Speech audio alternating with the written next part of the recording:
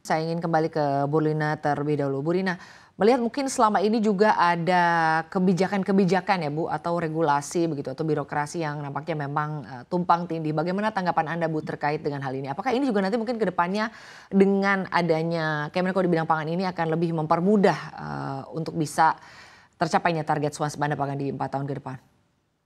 Ya, jadi kalau dilihat dari sisi kebijakan memang fokus dari pemerintahan sekarang adalah bagaimana kita bisa mencapai swasembada pangan, dan kita tidak bergantung terhadap impor gitu, dan juga melihat situasi kondisi geopolitik sekarang yang memang negara-negara lain juga harus mengamankan negaranya masing-masing dari sisi ancaman pangan, termasuk tadi dari climate change, ya kan, tantangan climate change dan lain sebagainya.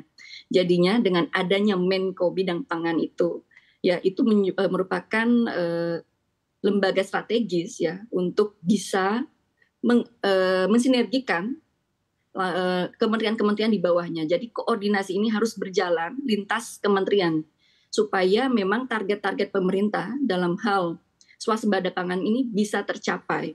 Jadi saya kira ya bagaimana langkah Menko bidang pangan untuk melaksanakan swasembada ini memang harus segera memetakan tantangan dan peluang di sektor pangan nasional ini, termasuk inventarisasi lahan, kesiapan sumber daya manusianya, terus peninjauan ketahanan pangan di berbagai daerah, termasuk koordinasi lintas kementerian harus segera dilakukan ya, khususnya dengan Kementerian Pertaniannya, Kementerian Perdagangan, Kementerian Pekerjaan Umum itu sangat penting untuk memastikan pengelolaan pangan dari produksi hingga distribusi ini berjalan dengan lancar.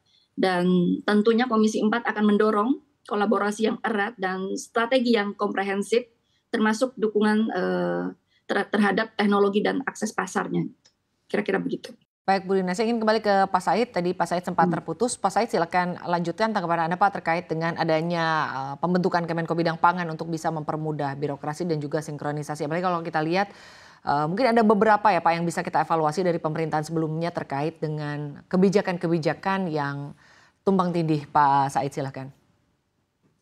Ya, jadi salah satu problem yang ada di kita kan memang soal koordinasi tadi ya, seperti Bu Rina sampaikan, lintas lembaga dan para pihak. Dan sedari dulu sebenarnya kami di lembaga juga mendorong ada koordinator khusus untuk Kemenko untuk pangan, karena kita melihat urgensi koordinasi itu jadi satu hal yang sangat penting. Itu yang pertama. Yang kedua tentu saja kita sadar dan paham bahwa sektor pertanian pangan ini multi sektor kan, multi aspek gitu, sehingga penanganannya memang dan penyelesaiannya serta pencapaian targetnya tidak bisa hanya oleh satu dua kementerian gitu. Fakta selama ini menunjukkan kan terjadi centang perenang kebijakan ya. Paling gampang kita ngelihat misalnya soal, kita masih ingat tentu rame soal impor ya waktu itu gitu. Satu kementerian mengatakan kita sudah cukup produksinya, tapi kementerian yang lain menilai di sisi pasar ada kelangkaan sehingga perlu ada impor. Sehingga kan ini di konteks di publik jadi riuh gitu ya persoalan ini. Yang kedua, jadi problem juga bagi teman-teman petani ketika antar kementerian tidak satu kata, karena kita tahu isu impor sangat cepat mempengaruhi tingkat harga di petani ya, sebagai alat untuk menekan petani gitu maksud saya. Nah, dengan adanya Kementerian Koordinator Pangan ini tentu saja kita sangat berharap banyak bisa mengorkestrasi program-program dan kebijakan terkait pertanian pangan menjadi satu gerakan yang sama pada titik target yang sama gitu. Dan yang kedua tentu juga kita berharap dengan Kementerian Koordinator Pangan ini aspek manajemen tata kelola dan tentu akuntabilitasnya jadi lebih kuat dari program-program ini. Kita bisa, kenapa saya mengatakan begitu, karena selama ini kalau kita lihat misalnya program dan kebijakan yang ada, saya mau ngutip satu riset yang dilakukan oleh Prof. Hermanto tahun 2021 misalnya, kenaikan anggaran produksi pertanian pangan lewat subsidi pupuk misalnya untuk periode 2004-2014 itu naik sampai 1.400-an persen anggarannya ya, sampai 2014 dari 2004. Tetapi kalau kita ngelihat dari riset itu dikatakan bahwa tingkat produktivitas dan produksinya nggak naik sebanding. Misalnya produksi hanya naik 30%, 30,9, produktivitas hanya 13,2. Nah, tentu ini